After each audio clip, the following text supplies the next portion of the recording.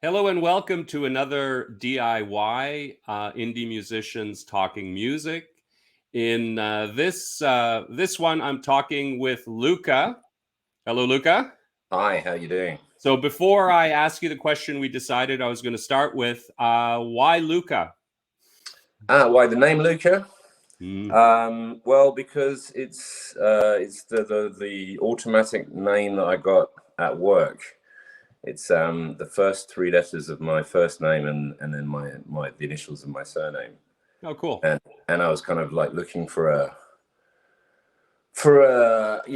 stage name, and I was thinking Grey Wolf and undying alcoholic and stuff like that, and then I just thought that's not gonna really work. And then I just kind of saw the Lewca thing, and it was interesting as well because and a lot of the songs are actually about day-to-day life and the mundane stuff. So actually taking that thing from my job, I thought was kind of cool. And I did a bit of SEO research as well, and like Google, and there are basically no Lewcas, so that's always good. Yeah, no, it's an interesting name because it sounds like Lewca, the town in Tuscany, and also the name, but it's spelled differently. So, and you wonder, is it Lew? And there is an Lew. There's a town or there's a place in England with that, isn't there? Well, there's like Lewisham and the town of Lewis, and there's loads of. It's probably an old Anglo-Saxon word or something like that. Who knows? Who knows? Adds to the mystery, right? But I finally had to. Sorry. No, I was just going to say I finally broke down and wrote a bio because I've started submitting stuff to radio stations, and they all demand that kind of thing. And so I basically just created a mythology for myself. I just made some stuff up, and it's all right, fine, good. I like it. Better to keep a bit of mystery.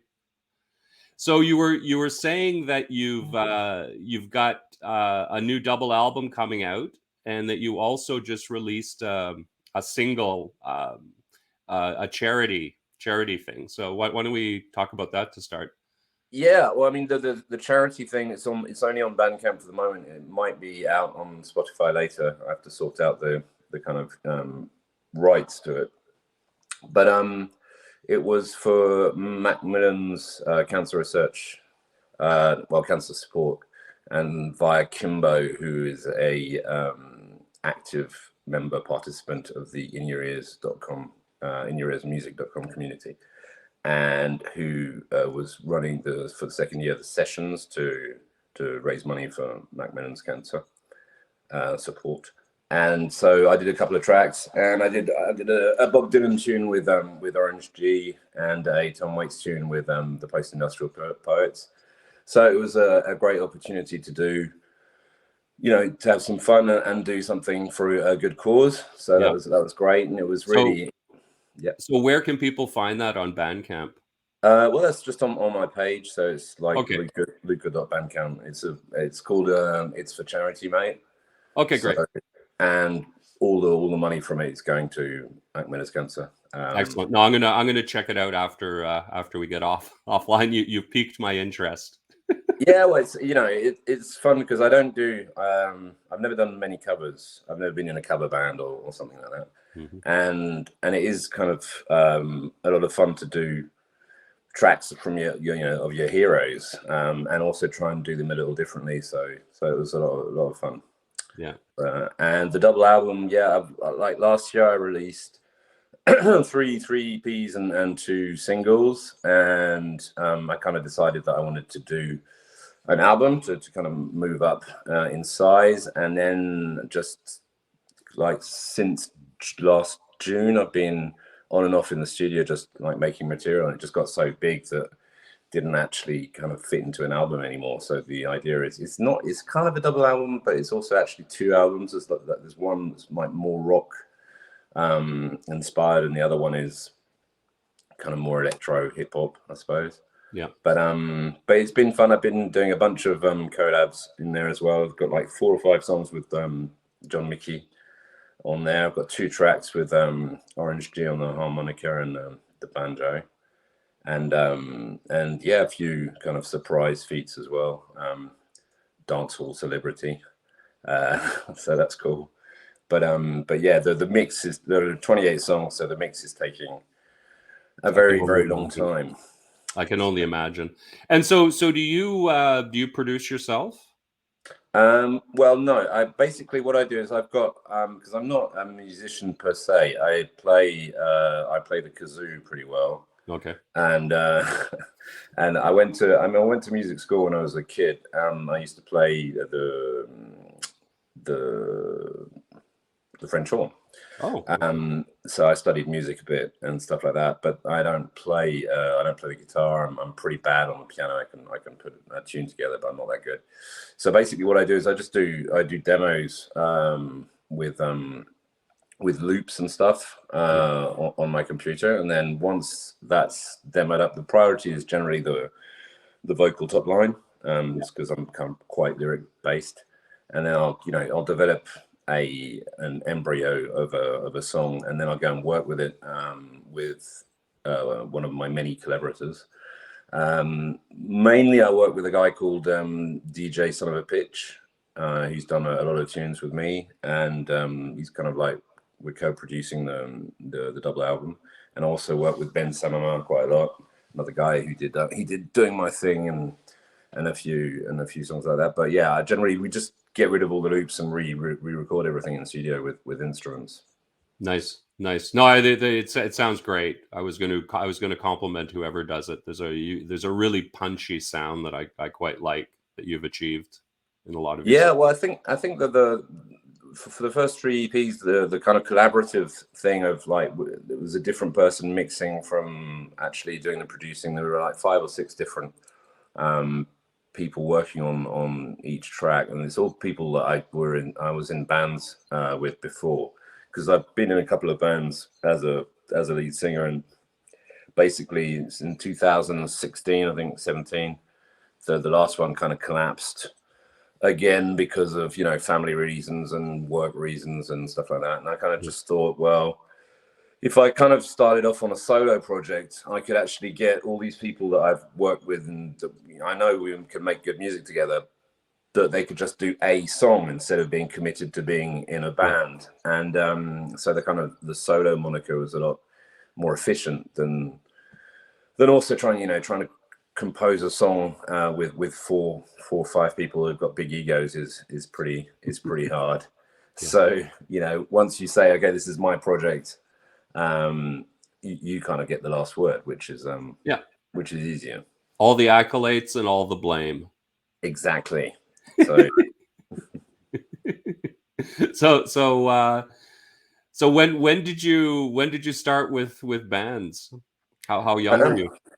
Well, I was, we used to play, Moroccan drums, djembes and stuff, and the guitars around the fire to try and impress girls, but we weren't very good at it. And honestly, there weren't that many girls to impress. So, but that was, an initial attempt. And then when I was 16, started our first band, and it actually sounded quite a lot like Massive Attack, which was weird because I hadn't heard Massive Attack at the time. But every time we played something, people would be like, "That sounds like Tricky," and "That sounds like Massive Attack," and so then you kind of go and listen to it, and you're like, "Oh, it does actually." But yeah, and that kind of fizzled out when we all, because we were all interested in the arts, and there were 4 of us in that band. It was called Asylum XNX 001. Catchy name. Catchy name. Yeah, we were in it for the money. And so anyway, so we all went off to different art schools, and so that kind of stopped. And then I went through maybe 12 or 13 years of painting and making videos and doing other forms of art, not music. And I got back into music by I was asked to write some lyrics for a French singer who didn't know how to write in English. And so I wrote a bunch of lyrics to her, kind of vocal top line that's just like mumbling stuff, and then you add words, and then they asked me, some other people asked me to write some more lyrics for a guy, and the guy never turned up in the studio, and they said, well, could you lay down the top line, and so I did, and then the guy said, hey, maybe we should do a song, and then whatever, and so that was maybe 2012. Started touring in France with a band called Rio Nebulaine, and then that one split up because one of the guys, his wife got a job in South America, which was paid like $10,000 a month. And so she's like, you just can't say no because it's really well paid. Who would and say so no? That fell to bits. And then you make another band and then another band. But each time, we managed to get touring, and you get to that point where you're kind of doing festivals and stuff, and people are saying, you've got to be the next big thing. And then it kind of goes, shh, and it just kind of disappears. But I haven't got to that stage yet because I haven't been able to tour at all since creating this project because of COVID, and so I was supposed to come over to the UK and play in December, and then Omicron hit again, and so it's been pretty frustrating to not actually be able to gig. So I've got a few gigs lined up this summer. I'm just fingers crossed that there's no new variant that'll be lurking over the summer. And then hopefully for the release of the two albums, I can tour a bit. That was also the idea of like just doing a ton of songs in the studios, because singers, you can't actually play live. Why not record as much material as possible? Yeah, no, I mean, it's I hope that it works out. I've actually thought myself, I was also in a number of different bands, sometimes in very similar circumstances. It's like I found myself, I was in Vienna, Austria. I knew some people, they were in a band, they just kicked out their lead singer, and they looked at me and said, oh, you're a native English speaker. You're our next singer. And I was like, okay, fine, I'll do that. Okay. I've been in bands before, of course, but half the time it's, you get drafted in to things. Yeah, well, there's surprisingly few people who enjoy making fools of themselves as much as, I guess, the two of us. Yeah, and I think the best things in life happen by accident. Yes, so you're quite right there. You're quite right there. Yeah, no, it's what was touring like? I've never been in a band that got to the point where we actually were out on tour. How'd you find that?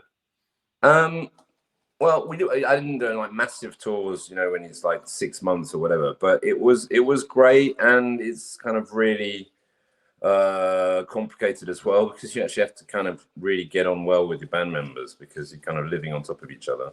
Yeah. And I was the bands that I was in, there was a certain amount of psychological drama on an everyday basis. So it wasn't easy, but it was good fun. I mean, it's good doing the gigs and rehearsing and stuff like that. It's just everything around it that is a bit complicated, like the 5-hour drive when the drummer and the guitar player were sulking and not talking to each other is kind of a bit annoying, but yeah, we didn't do like hundreds of gigs. I did maybe like 16 gigs in Paris over like one summer, and with Rio Nebulaine, and that was really good because we were doing a bunch of pretty nice venues. And the interesting thing is that you progress really quickly, because you're doing a gig or two every week, and so like a month later you're kind of like it's pretty much on point. And then with the other band, we could do like more like festivals. So we did like 3 or 4 festivals booked, and that was great as well, because in festivals you actually get to play for people who didn't come to see you, which is good, because if you're waiting for people to come to see you, sometimes there aren't that many people there. Whereas in a festival, you can actually play in front of 500 or 1,000 people. Yeah. So what was your smallest audience? And then I'll tell you my smallest audience story.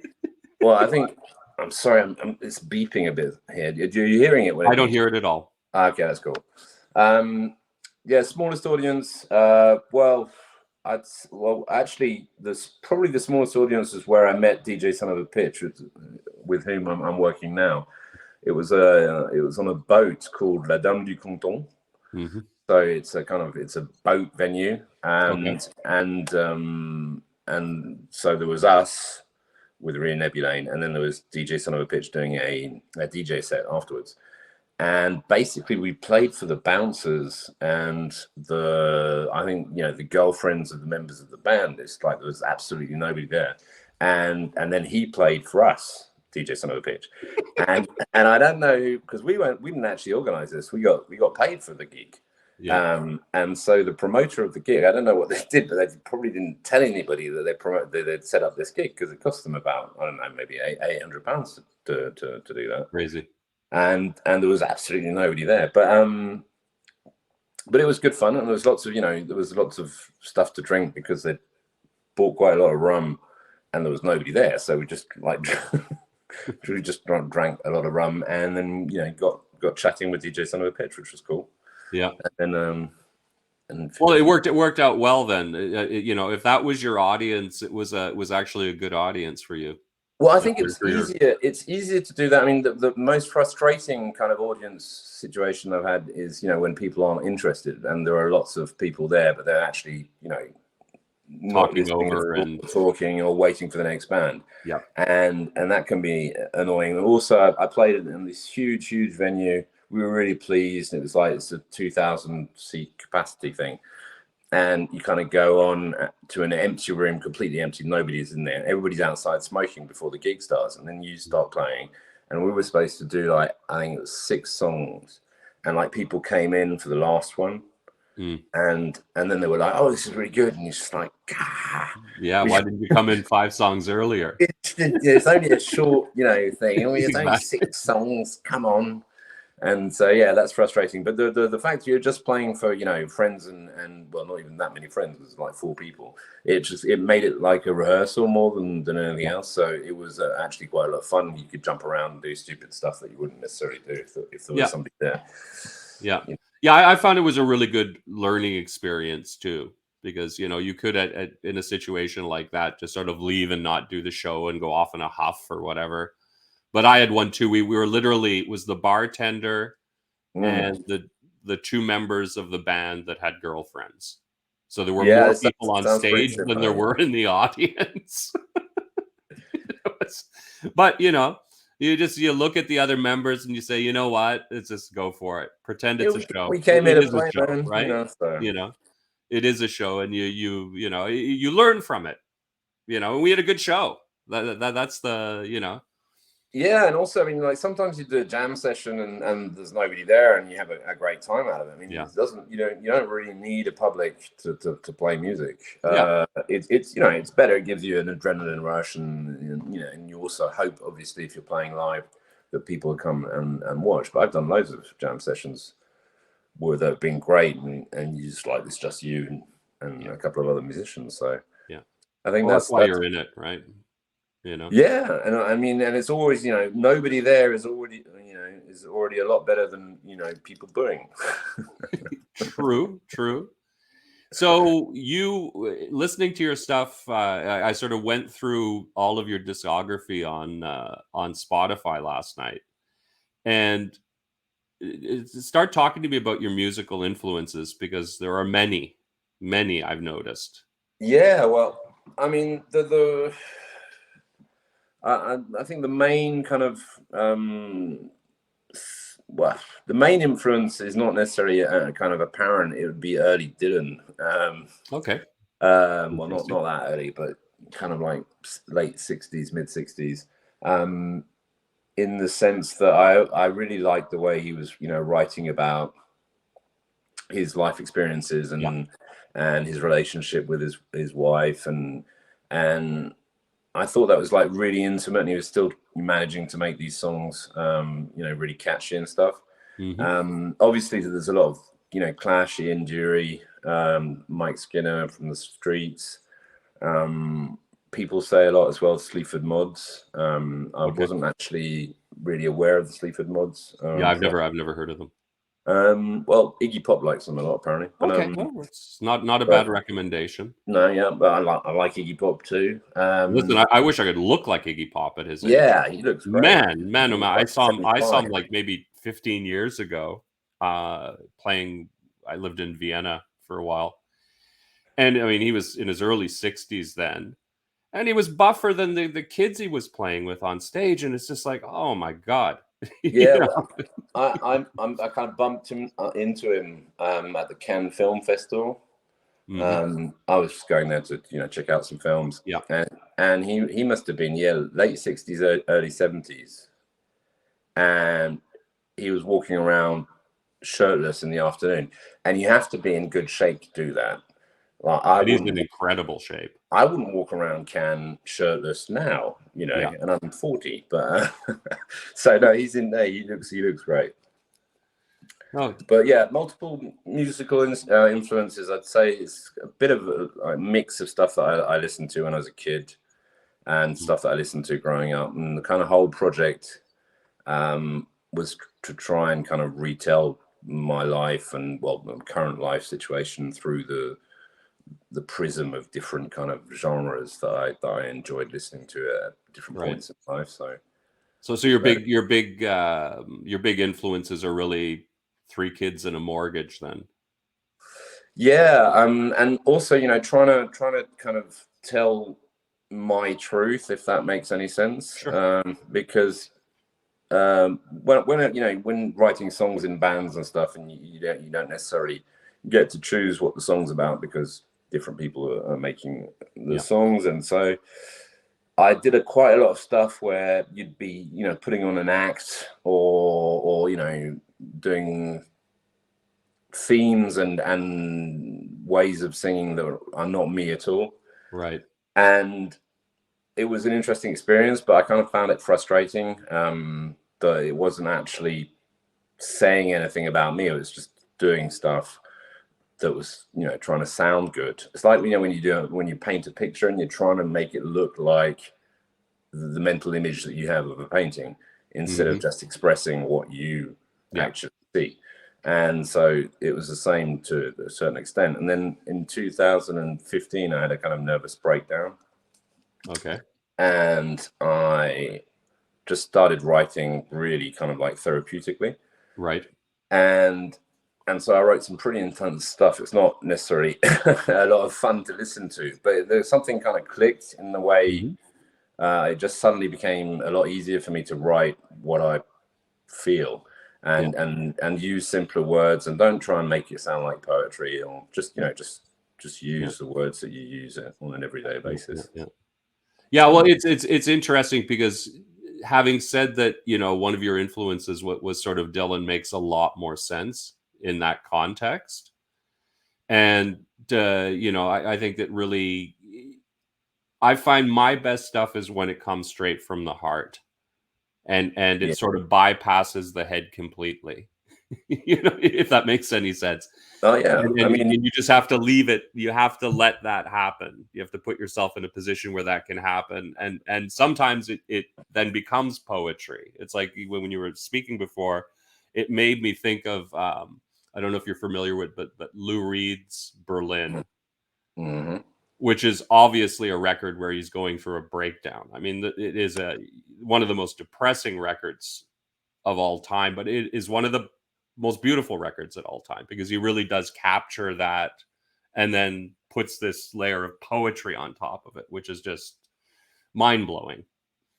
Yeah, and also, I mean, I think the it's not talking about spontaneous writing and stuff like that, but I like I was saying earlier, that accidents are kind of generally better than plans. I enjoy writing quickly. Whenever I don't write quickly, it kind of gets bogged down because you start overthinking it, and you start trying to be clever, and I'm probably not as clever as I wish I was. So kind of spontaneous stuff generally kind of works better, and there are accidents that happen in it that double entendres and meanings that can be twisted, and that just happen because you kind of went really quickly. And I think that's true in a lot of stuff. When I was painting, if you set out to try and do a masterpiece, you're going to fail miserably. You have to just see what comes and adapt to what is happening. And I think I'm pretty good at that now, with maturity setting in. Probably better than when I was younger, in the sense that I don't necessarily need as much to kind of go where it was initially planning to go. Right. At some point I would be like, no, I wanted this to be a blues song or whatever, and this is supposed to be like that, and you get stuck into this idea. And now I'm kind of a lot more capable of kind of saying, okay, we're gonna flip this around and it's gonna be drum and bass and it doesn't matter, and we're gonna do something else. And so the progression of like from demo to polished up demo to finished song is very, very sometimes it's like drastically different. You can have like tempos tripled and different key and stuff like that. It doesn't really matter. Yeah, no, it's fascinating, because I find myself as well that my best songs are ones where I let the song dictate what it is. Yeah, it becomes like a character in a novel that develops its own life that you never expected it to. And those are the ones where it actually turns out to be a good song, versus, you're trying to write a country western song, or you're trying to write a blues song, or you're trying to sound like this, that. And it always is a disaster, at least for me.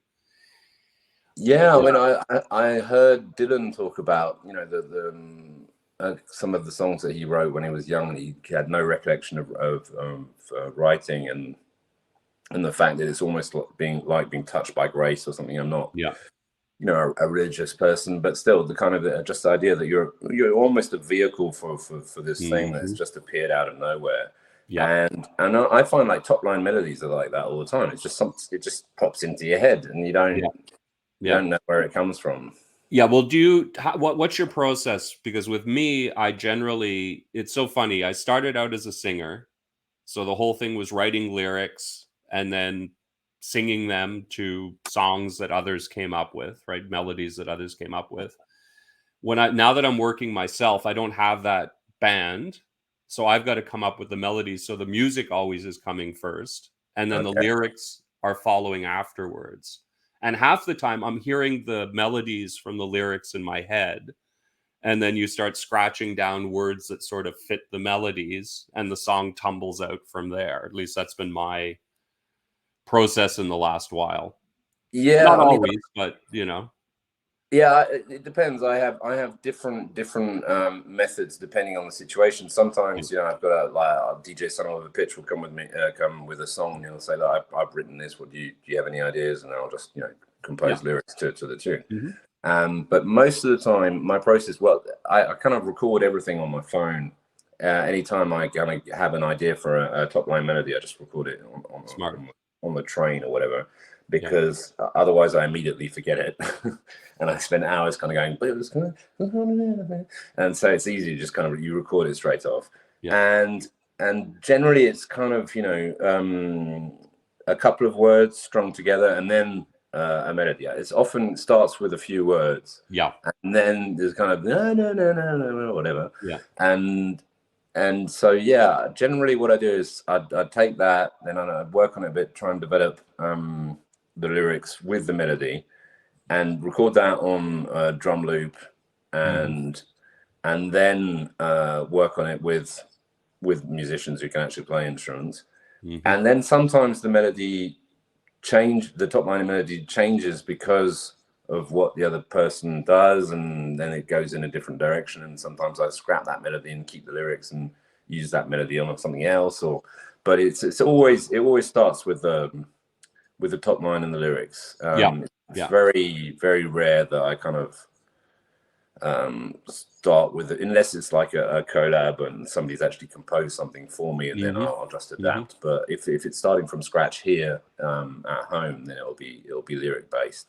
Yeah, I think with me, it's I write all the stuff myself, and I don't, you know what I mean. Although I'm like you, I don't really play an instrument or anything like that. I've come up with a number of strategies that have sort of allowed me to create music. But I think it's interesting. It's really it's a fascinating process. I mean, also the other thing is the same thing. I've got a little pad, and oftentimes I'll hear a phrase or hear one or two words, and I'll just jot them down. and then they'll start percolating in the back of your head. Oh yeah, And sometimes they do. and you know, and times I've literally weeks later, I've seen it and I've got to write lyrics for this song and I've got an idea for a melody, and then you'll start with that little phrase that you captured, and the lyrics are done in 10 minutes. Oh yeah, You know, I and mean, they come out complete. But it's but I use the car a lot as well because I drive quite a lot, and so I'll have this thing, and I'll just kind of chant it in the car, and then suddenly there's another line that came out, and then there's another line, and then there's another line, and then you have to stop the car and start writing it down. And yeah. but you know, sometimes you're just like da da da da da da da. It just, you know, yeah, it comes. But I think it's interesting. The what's great about music is that you know, nobody's good at everything, and you have people who are kind of in dire straits about writing lyrics, and they'll be composing these beautiful, you know, melodic structures, and they just don't know what to write. And then you have people who enjoy writing and don't really know how they can have the crescendo music around it and have to find strategies. And I think that's what's so great, is that there's 1,000 ways to do music. Really, it's kind of one of the most, it's one of the most free-form artistic expressions I think exists, really. Oh no, definitely, and I think it's one of the purest ones too. I think it hits you very strongly in subconscious ways more than a lot of other art forms. You know, it bypasses the sort of rational a lot. Yeah, it makes you feel things. Yes. Films do it obviously as well, but in a kind of more literal way, depending on the filmmaker. Some films can like really give you a kind of gut punch, but yeah, music is pretty intense, especially when you take the time to appreciate it. I find that's a bit of a pity with the contemporary way of consuming music, is that people tend to spend less time actually just listening to music. It's kind of more like a background soundtrack to their lives. Whereas, you know, like just sitting down and actually listening to a record can be a kind of really, really intense experience. And I find that people are doing that less now, and myself included. I'll be you know, listen to music on the commute, listen to music and listen. And the only times I actually sit down and have a whiskey and listen to a record is, you know, when my wife is out with the kids, and then I'll listen to a record. But otherwise, it's just kind of, you know, you've got the automatic speaker thing and just play some music or whatever. And you know, it's not the same. Yeah, I think as well, the whole art of the album sort of went away for a while. I think it was, you know, the combination of, well, initially MTV and also the CD were, I think, to a great detriment of the album. Because of that format of having a maximum of, what is it, 40 some odd minutes before the sound quality starts to, you know, get really bad on a pressing, forced you to make decisions before you release things. Whereas when CDs came out, I mean, how many bands put out 80 minutes of music where about 50 of it should never have been released? Well, especially, and they ruined it. You couldn't listen to a CD because it's just like, oh my God, I've skip, you know, to get to a good song, and it's not an album anymore. And especially, right? It's not especially in rap. In rap, it's crazy the amount of like filler that you get, and you've got like 22 tracks, and you're like, you shouldn't have put 22 tracks. I hope I'm not doing that with the double album. You know, obviously it's not the kind of idea of you putting absolutely everything you recorded onto there, but I kind of feel that there's every single song I'm like planning on putting on there, I think has its reason to be, and the reason to be there. But sometimes maybe, you know, some of those artists that were releasing 80-minute albums felt that as well. I mean, it's complicated. Well, I think a lot of times, though, it was when you look at some of the historical double albums, a lot of it was band politics as well. Because how many of those ended up being a side per member if you remember those ones. Like I think Led Zeppelin put out one like that wasn't great. Who else? Kiss. I remember I used to be a big Kiss fan when I was a kid, and they had a double. It was just atrocious. It's like it's where you see that the various members of the band on their own would never have made it, and somehow it was just the chemistry of them all coming together that allowed them to, you know what I mean, become successful. But then, I mean, there was Kid A and Amnesia by Radiohead, and they were released like 3 weeks apart, I think. Yeah. So it's not actually a double album, but it's kind of like two albums that were released three or 4 weeks apart. And there was the Guns N' Roses double album, Use Your Illusion, which I think was just an attempt to try and say we are the biggest band in the world.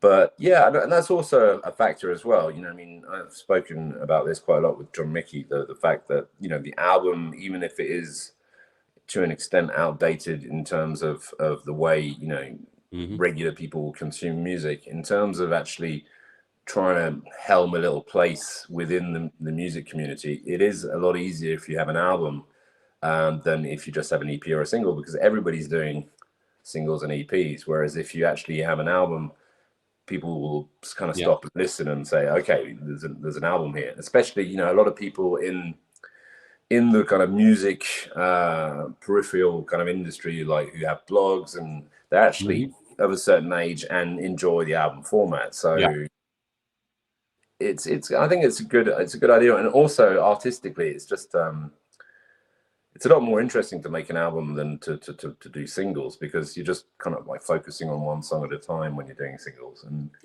And the idea of saying, okay, I need something here that will be a little bit more mellow, and, you know. I'm it's interesting. Everyone, well, with the exclusion of John, who for various reasons isn't doing anything at the moment, but he released 2 albums last year, so he gets a hall pass, as it were, right? But everyone else I've talked to so far is actually working on an album right now. It's interesting.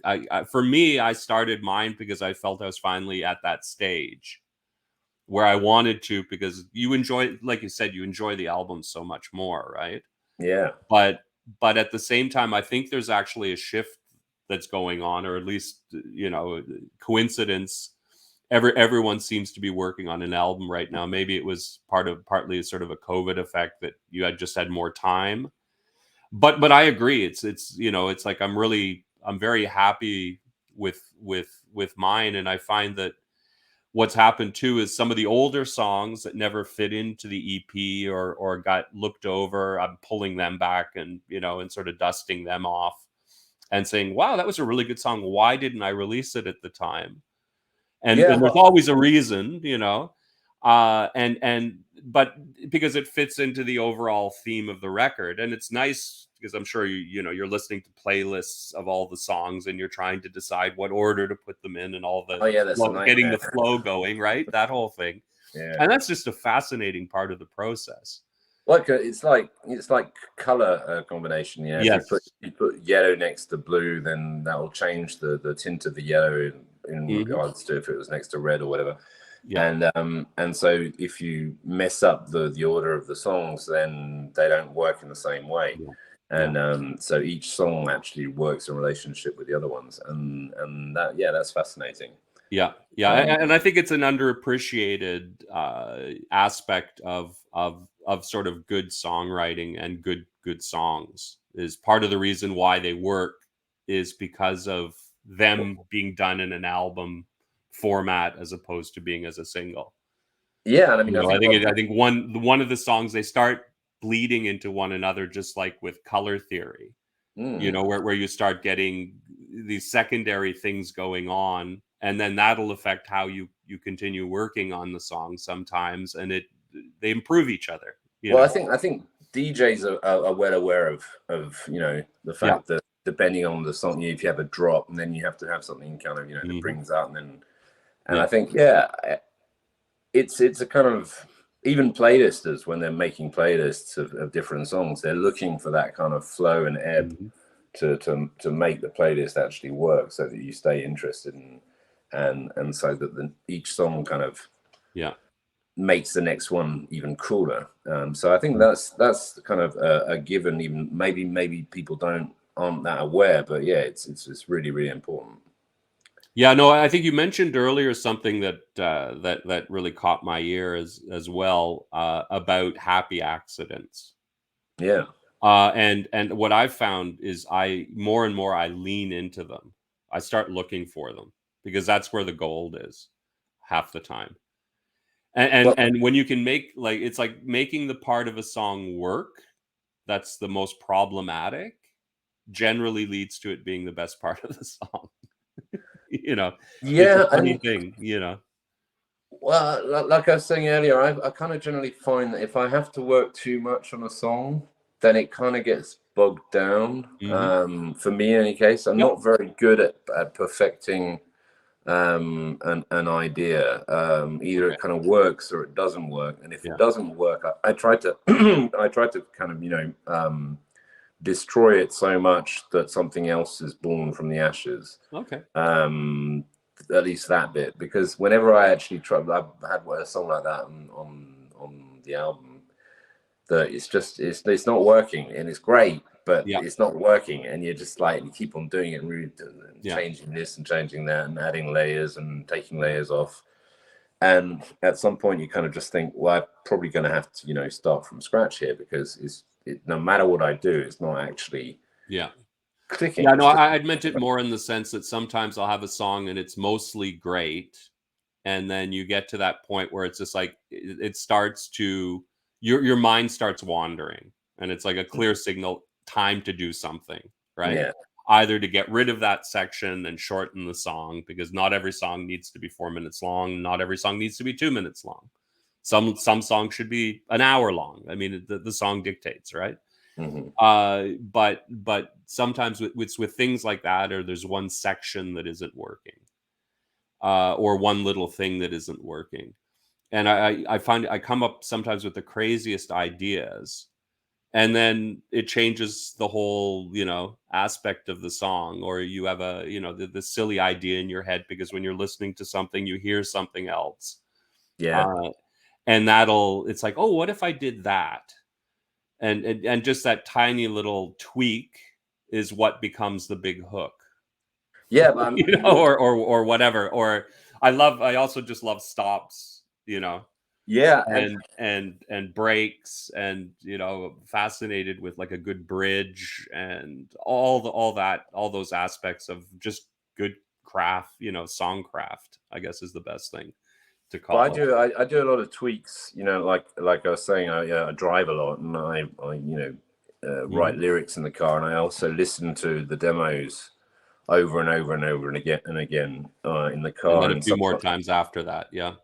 Yeah, and then sometimes you're just like listening and you go, oh my god, you just need that. Well, we should have a horn section here, and and it just kind of becomes apparent, especially if you leave it a couple of weeks. And then listen to it intensely. You can just suddenly it's really easy to hear what's not working.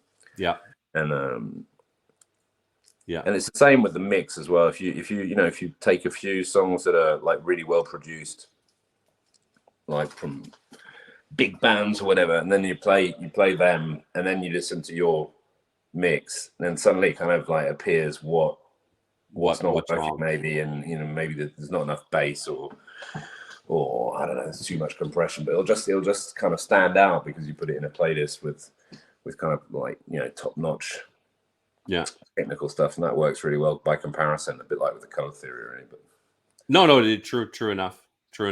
So are you where are you based out of? I live in Normandy. Oh, you're in Normandy. Oh, yeah, I'm in Normandy. I'm like 60 kilometers outside of Paris. So I work in Paris, but we have a farm in Normandy. My wife is an organic farm. Normandy, right? And so lots of castles and vestiges from the Viking era. Yes, well, fascinating. The Normans were very fascinating people. Yeah, I'm pretty interested in history, so it's kind of cool. we live like 3 miles away from where they signed the treaty with the Viking King Roland to give Normandy to the Vikings in exchange for not attacking Paris.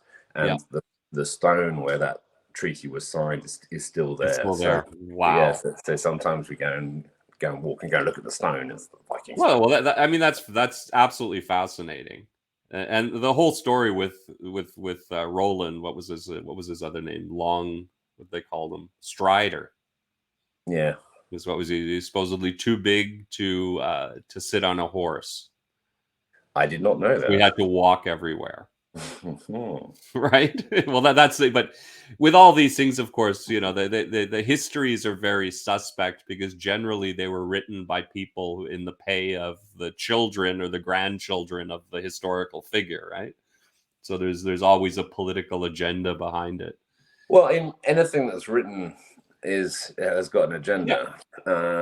It's like if you look at the French Revolution, you've got two kinds of books. You've got like either they're pro Danton or they're kind of pro Robespierre, and there's nobody is neutral. You'll never find a neutral history book. It's like either it's kind of more Christian right or it will be further left. But and then you had the English view on top of it. What was this? Who was it? Who wrote a very famous book about the French in the time? What, the Scarlet Pimpernel and stuff like that? Or? No. There was There was actually a historian or a philosopher who Edmund Burke. It was like one of the ones in the period who really defined what is clearly a difference between the English and the French. Like in terms of mentality.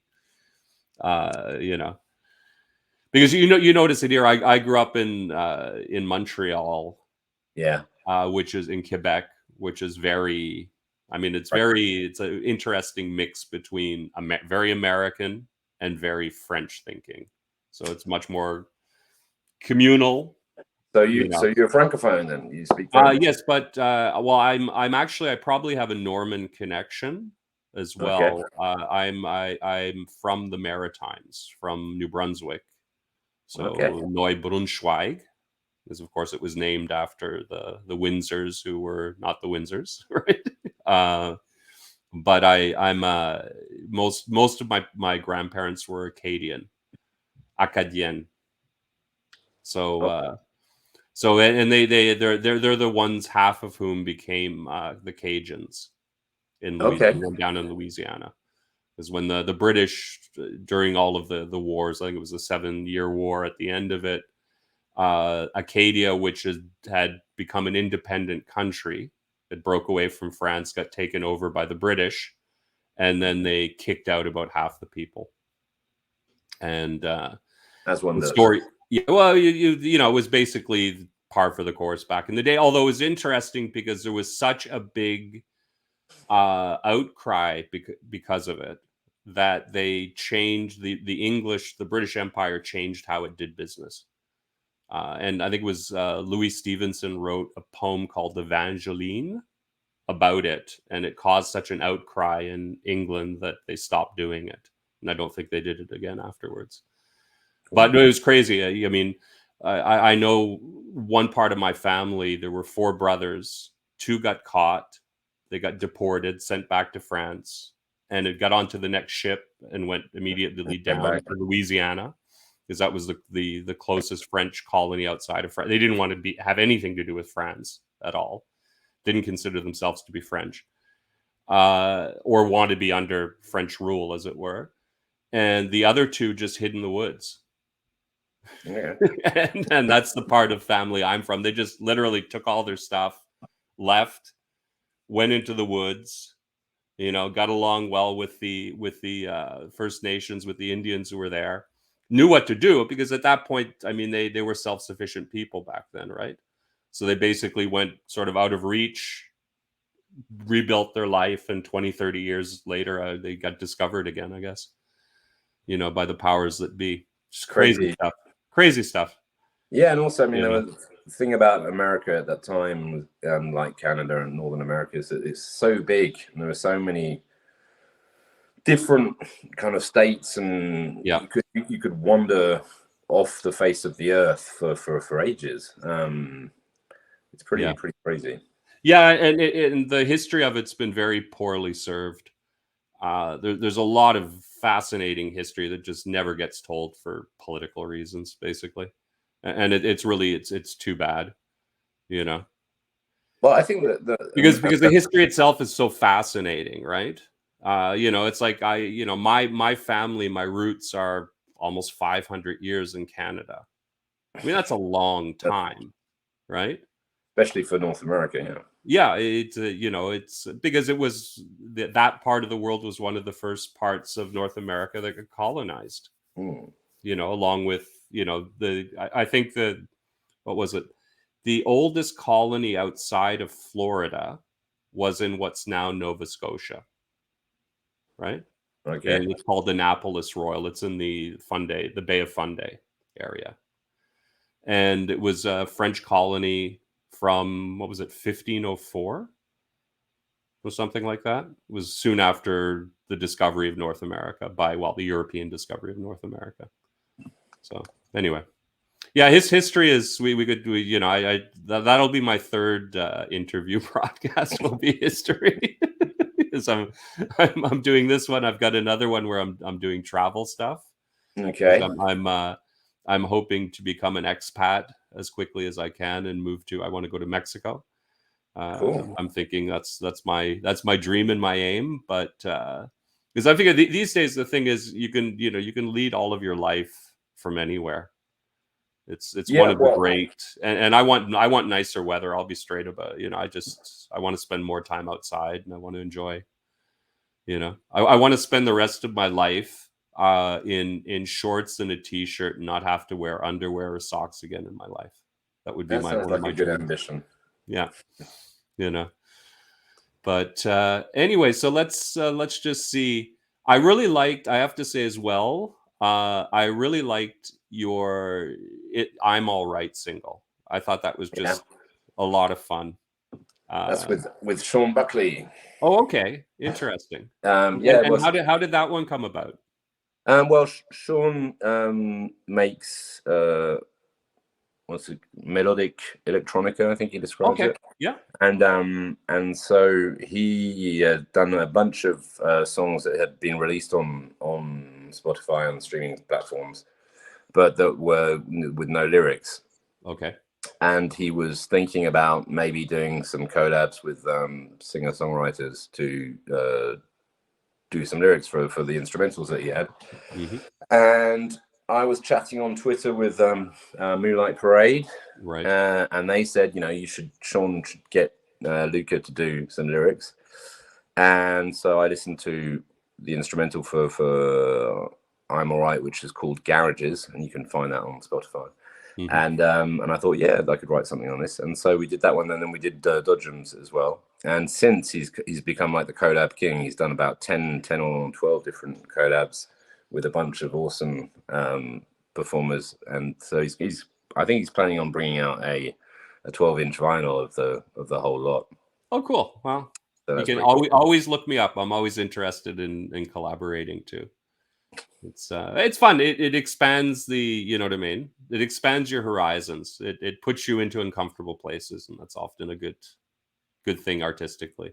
Yeah, and it makes, I think that's probably the good thing with I'm All Right for me is because it had a more of a kind of a pop format than what I normally do, and it's clearly been like my most successful song. I mean, it was played on BBC Six. Congratulations! Which has never happened with another one of my tunes. Yeah, and so yeah, it's got this kind of feel good, and the subject matter is not feel good at all. But it's got this kind of pop movement where it's just kind of moving forwards all the time, and it's pretty easy listening. And there's nothing wrong with that. It's like no at all. It's great, but it's just it's not something that I really know how to do per se. Mm-hmm. Normally, I kind of always tend to I don't know, have maybe more ups and downs, and it's never as free flowing. There'll be start stops and aggressive bits and yelling and whatever, and and this was kind of like more of a It's rolling forward, and it worked really well. So it was an interesting experience, and it kind of gave me a few ideas in terms of like how to, maybe it's okay to write, pop music. And so I've done a couple of tunes that are not inspired by that, but with the idea that it's okay if there aren't that many splits or ruptures or drops in a tune. So yeah. Although those, everything has its place, right? I think for me the big thing is I'm my biggest critic, and I really, if I start getting bored with something, that's when I make a change. Yeah.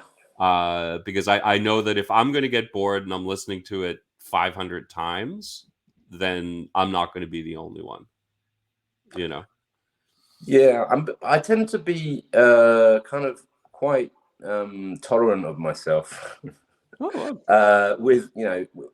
hindsight, I'm very critical while I'm working on them.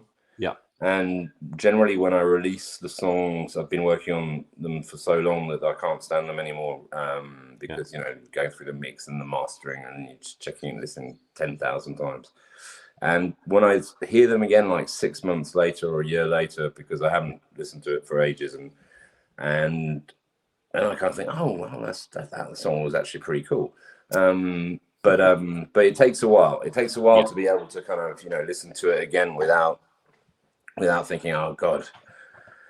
Yeah, I had a similar experience with my last EP, because I put it out because I wanted to put something out, and it was by far the hardest experience in terms of, just getting it done, and hated it.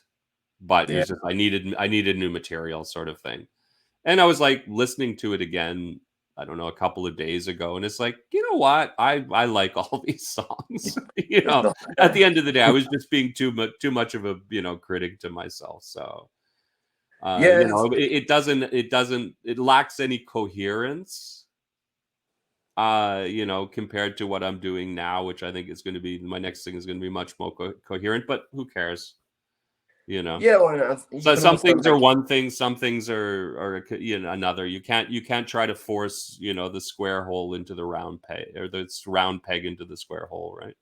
Yeah, and you can also, I'm trying to make incoherence be the cohesive element of what I do. Oh, okay. It is, so I'm like the kind of, I don't want to really stop mixing up genres and doing different types of songs. So the whole kind of idea of the project is that it's a bit the persona that is the common link between the songs. And I think that it's a tragedy that in so many cases people will kind of like just focus on basically redoing the same song over and over, as a way to kind of have a style. And I think that's it's such a pity artistically, because you're just going to be doing the same thing. I don't think that's anything that either of us will ever be accused of. No. if anything, your range is broader than mine, and mine keeps just expanding all the time. So. Well, I think that's a good thing. I think. I agree.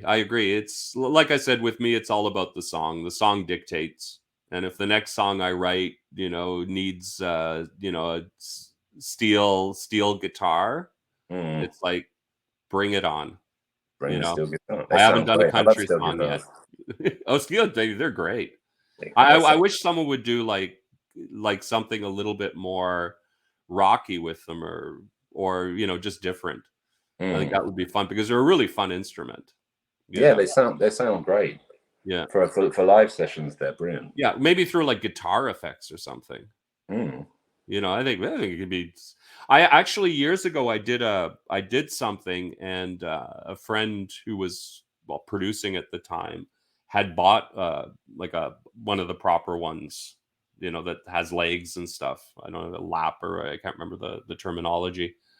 And he did these sort of drones with it on the song, and it sounded fantastic. It was really an interesting, to the point I went out and bought an app for my iPad, which is like, it's got 20 or 30 different lap and different, steel guitars and stuff like that. And if I ever learn to play the guitar, I'll be able to actually, have a chord or two on it, because at the moment all you can do is make noises.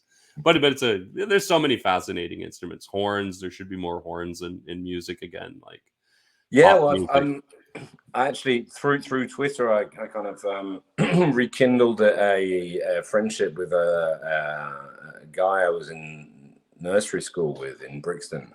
Wow. And I got on Twitter and I released a thing. I don't know I don't know who told him that Lewca was me, because he didn't know. But he kind of contacted me on Twitter and said, hey, how are you doing? And he actually played trombone for the gigs for the Pogues. Wow. So he's a brilliant trombone player. And so we've done like 3 or 4 songs together on the album. So you got like these awesome, very, very Tom Waits of you. I know, it's really cool, and it's great because it's a childhood friend kind of doing the tunes, which is great. Yeah, it's so nice hearing the actual good things about social media, as opposed to all the bad ones. Sorry, I didn't hear the question. Sorry. Oh no, it's no problem. I said it's nice to finally hear good things about social media, like what it does that's actually positive, as opposed to all the stuff that it does that's negative. Yeah, well, I mean, I think that Twitter has definitely been for me a kind of a great opportunity in terms of music. Yeah. I've done a few negative things on on Twitter mainly because of like if you get drunk and then you're tweeting, and then you can do some stupid stuff. Like I tagged the Kremlin to say maybe you should try and assassinate Putin and stuff, and that wasn't necessarily a very good idea. Next morning I kind of woke up and deleted. I think Twitter and politics just don't mix. It's the hot take is not always the best idea. Afterwards, I was like, the Kremlin, now they know who I am and stuff like that. Well, listen, I'd really watch out, though. I mean, they're pretty good with the cyber stuff, right? I know. But I apologized afterwards. I said, my bad. I was very drunk. Whatever.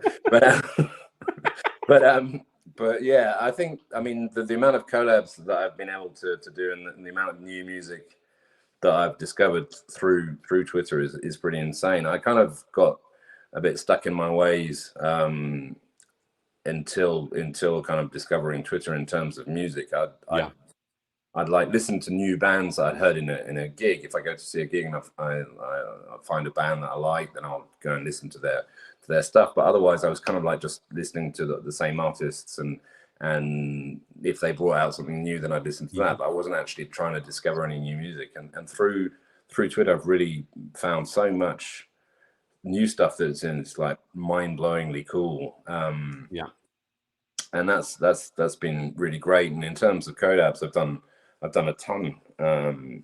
It's also really nice because I enjoy singing, but I'm not the best singer. I'm kind of it's halfway between a scream and rapping and kind of and so to actually have some really great vocalists on some choruses, that's been really, really interesting to do as well, and it gives kind of depth to the song. So it's not always just me kind of going Wah! And suddenly somebody who can actually sing comes onto the tune, and it's like wow. And it can actually give depth as well to the verse, because the verse is kind of comes across as more raw and stuff like that. So it's been really, really, really interesting and enlightening. And it's definitely the only social media that I've found where you can actually create relationships with people. True. Like I've become very fond of John Mickey and Orange G and also the boys from Moonlight Parade, and there are a bunch of people that you kind of feel quite close to, and like on Facebook or Instagram, or I don't know, you kind of like stuff, but there's no actual real connection with the people. Maybe a bit on Facebook if I used it more. I'm not sure. I don't really use it that much, but because I mean, people do talk about their lives on Facebook, but the it's kind a of different it's a yeah, different thing. It's a different thing. I mean, the one other one that I'm interested in checking out is Twitch, actually. okay, And the reason why is I find because you're I a found gamer. out no, there's music Twitch, Ah, which I never knew about, and it was actually Kayla who mentioned it because she's on there doing it, and what she's doing is she's streaming her creative process, okay. and people are watching. So when she's writing a song, right, and Mm, working on it, she's actually sharing her screen and streaming it. cool. I think it's I had that idea to do something like that, and I was just trying to figure out how. And I was thinking of YouTube for that, but when I heard this, it's like, wow, I think I'm going to try that because I've got a couple of sort of really sort of crazy ways I go about, you know, because I don't really play any musical instrument at a level of any competency whatsoever. I've come up with a lot of strategies to fake it. Hmm. And I think they might be fun. I think people might be interested to watch my process because it's Yeah, it sometimes. interests me, So if it interests, like I found with music or anything else, if you find something that you become really intensely interested in, chances are there are going to be other people who'll be interested in as well. Yeah, and I You think know, the whole kind of process thing is really people are definitely into that, more than kind of the TikTok kind of side of just talking yeah. and Although I'm interested in that too. I've decided for my next album, the only videos I do are going to yeah. be specifically for TikTok. I don't know. I'm only going to shoot in phone format. Yeah. So this is the format I'm going to be using. What is it, 6:19 or whatever it is? I'm only going to shoot in that format. I'm going to clip it. I might even do remixes to get within whatever their time limit is if I've got songs that are too long, and I'm going to focus it all for that and just go crazy with it. Because I found like doing videos for YouTube, Mm. it's a waste of time. It's just I Um, can do better things with my time, I find. well, I think that Um, I kind of like the idea, but I'm maybe a bit kind of old fashioned with that. But like on Apple Music, they have the possibility of putting like the music videos, and you can put them on Bandcamp as well if you have yeah, Bandcamp Pro. And I like the idea of like a music video that actually follows the whole track. yeah, I think TikTok works very well if you're kind of like doing like humoristic content and stuff like that. For music videos, I'm not too sure. I think that with some of your songs, Mm. you might do very well on TikTok. TikTok. Well, do you know Ines? Not off. YNES. She's a kind of punk baby Okay. Britpop rocker, and she's very very talented, and she does some great tunes, and she's kind of taken TikTok by storm by doing kind of reactions and humoristic content and etc., and Yeah. then it's got her songs playing in the background most often, Mhm. but she's not actually promoting the song, she's promoting her kind Yeah. of herself. No, I'm really thinking of something where it's like 60 seconds long, chorus heavy, hook Mm. heavy, and just go crazy with it. Just lean completely into it, embrace it 150% and see what happens. Because I can't figure it. I'm too old to figure it out. I mean, I had enough trouble with Instagram, which I still Yeah, don't really get. I'd But Instagram might the explain. nice thing is that with this, the videos will be tailor made for those two platforms, right? Yeah, And I don't see anyone doing anything like that, so that's always an opportunity. I mean, if it's one that people are going to take up, that's a whole other issue. I will But follow that with interest. I will see. I yeah, will. no, it's I've got to figure out which song to do it with, Mm. and then probably, like I said, figure out a way of editing like a TikTok version. You Because know? did you see John Mickey's TikTok? Yep. I've been I think he's the one person I'm following. I just started an account so I can try to do promotion here, and he's making coffee in a pan, and hey, and I can I can that beat got him on quite a that. few likes. Listen, when I was in university, we were so poor that to make coffee, we had one of those little glass carafes and we broke it. Mm. And for 6 months after that, we had one of those tins of espresso. You know, the big, those big, you Big know, tin. sort of, yeah, bigger size tin. And what I did is I took a margarine container, put holes in it, and we were using paper towels as filters, right? And Mm. we made coffee with that for well, until one of the roommates' father visited, saw it, and immediately there was a coffee maker that appeared out of the, out of the ether. Because well, at one point I was living in a squat in Paris, just before art school, and it was a squat, so we didn't have any money.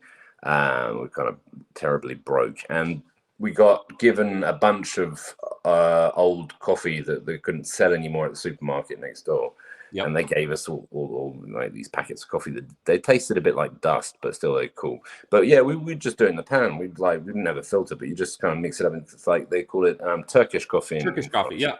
And when you get a good grind of coffee, it's a delicious way to make it. Yeah. It's one of the better. Just don't burn it. That's the one trick. Burnt Mustn't coffee boil. is Mustn't not a boil. lot of fun. Anyway, one last question before I let you go, because I know you said earlier that you have to go out and pick up the kids or something like that. Indeed. Yes, and I don't want to have the poor things waiting. What was the first record you purchased?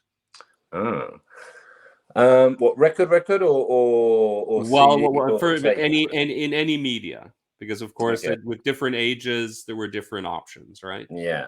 Well, I'll go through the different formats. Okay. Okay, So good. the first Fair enough. First vinyl record that I bought was the album by Vanilla Ice. No shit. And if you're nice, I'm going to tell. After that one, I'll tell you mine. Okay, continue. And now I think I was 8, 8 or 9 at the time, and I was just like, this is so cool, and so I spent my money on that. Yep. And then afterwards, I was kind of like, oh my God, I've got this record, I've got to hide it. And then it became a source of embarrassment. Luckily enough, because I got a vinyl player to play it, because I wanted to have the vinyl because it was bigger and you could have the face of Vanilla Ice and bigger format. And so as a fan, that was important to me. So I got a record player, a secondhand record player at the car boot sale. And I bought the vinyl, and then my mother gave me a bunch of her old records to play as well. So I got, Imagine by John Lennon and Sticky Fingers by the Stones and Creedence Clearwater Revival.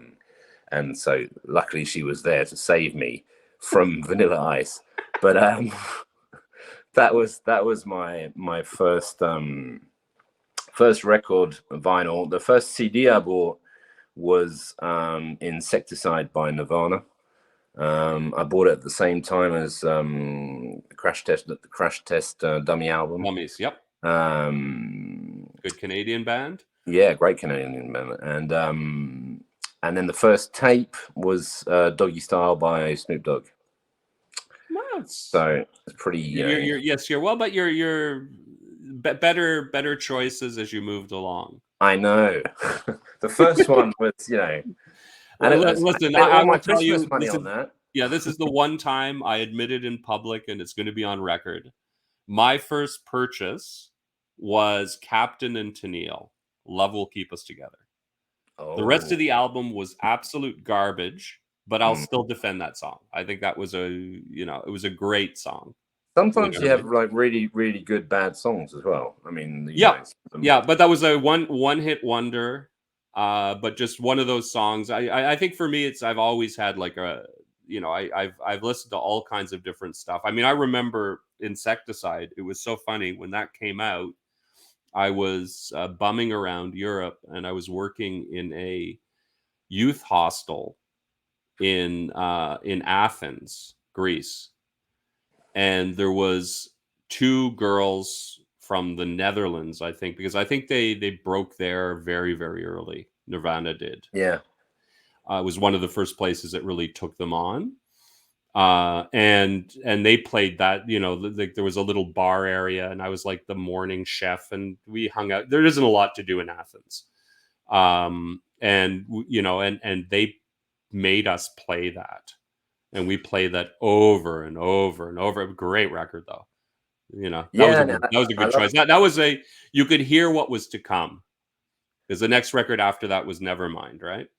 I'm not sure when they released it. I think they released it just after Nevermind. No. It was before. I think it was like that was because it was basically B-sides on there. I think. Yeah, maybe I'm wrong, and I'm mixing it up with whatever their first. They had an But Indian. it had a lot more of a kind of punky sound than what they did on Nevermind and In Utero. It was kind of it sounded like kind of juvenile punk. It was great. Yeah. No, that was a really, really cool album. And I think there were a few like that. A great deception of mine when I was a kid. Well, I was about 13 or 14, and I bought the Cranberry record for Zombie because I wanted that song. And then the rest of the album is like Irish ballads, and there's no other heavy guitar based track on there. And I was like, oh no, I spent all my money in these ballads. And I could have just bought the single. I could have bought the single. Damn it, Vanilla Ice. I'd done it again. and actually, it turns out that there were some really beautiful songs on there, and you kind of get into the kind of folk side of the album through progressive listening and not wanting to have lost 15 quid.